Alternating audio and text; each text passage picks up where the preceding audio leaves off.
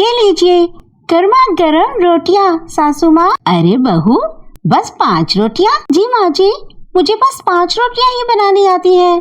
हमारे घर में 5 रोटियां बनती थी तो मैंने इसीलिए सिर्फ 5 रोटियां ही सीखी हैं। ये एक छोटे से गांव की कहानी है जहां एक लड़की रानी अपने परिवार के साथ रहा करती थी।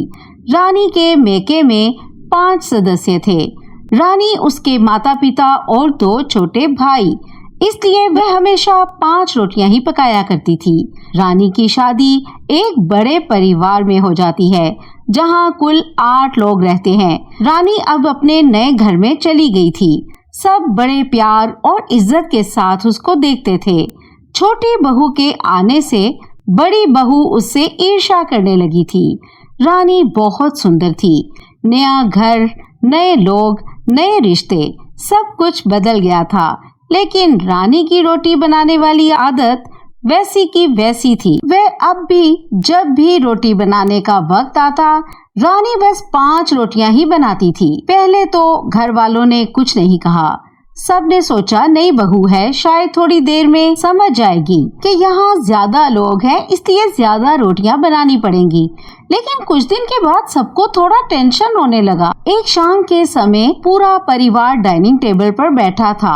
आज भी वही 5 रोटियां ही पकाकर लेकर आती है। सब एक दूसरे का मुंह देखने लगते हैं। रानी की जेठानी अपने पति से गुस्से से बोली, देखा आपने, मैं रोटियां पकाऊं तो सबके लिए, और इधर देखे जी, रानी रोज हमारे लिए रोटी नहीं बनाती, तो हम क्यों बैठे यहाँ?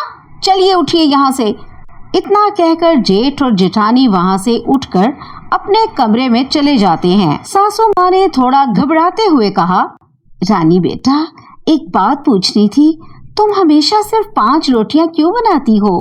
घर में हम 8 लोग हैं, तो थोड़ी ज्यादा रोटियां बनानी चाहिए ना। रानी ने मासूमियत से बोला, सासू माँ, मुझे तो सिर्फ 5 रोटियां बनानी आती हैं, ज्यादा रोटियां बनानी नहीं आती। ये सुनकर पूरे घर में अजीब सी शांति छा जाती है।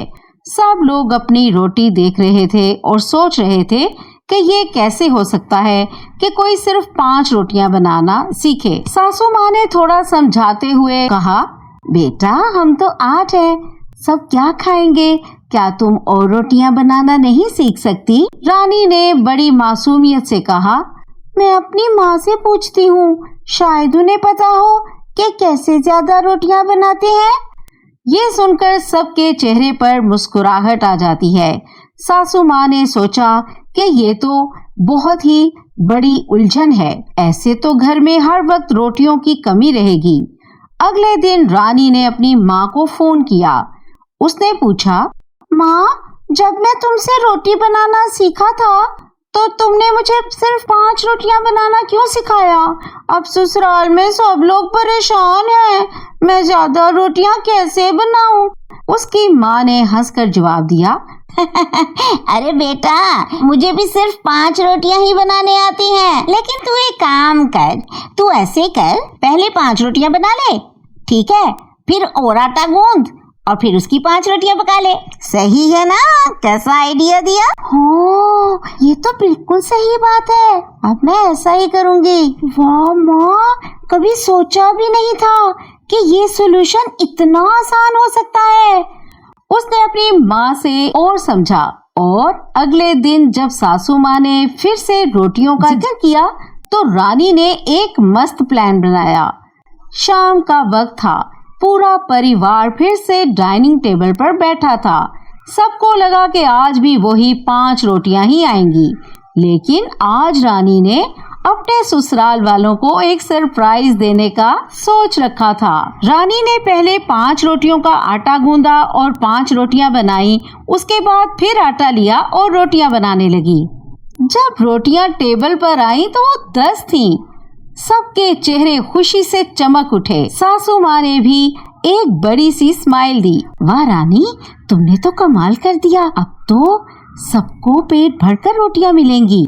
जी सासू माँ, मैंने सीख लिया है कि ज्यादा रोटियां कैसे बनाते हैं। लेकिन ये खुशी ज्यादा देर तक नहीं टिक पाई। थोड़ी देर बाद सब लोग रोटियां तोड़ने लगे तो उन्होंने देखा कि रोटियां मोटी और सख्त थीं।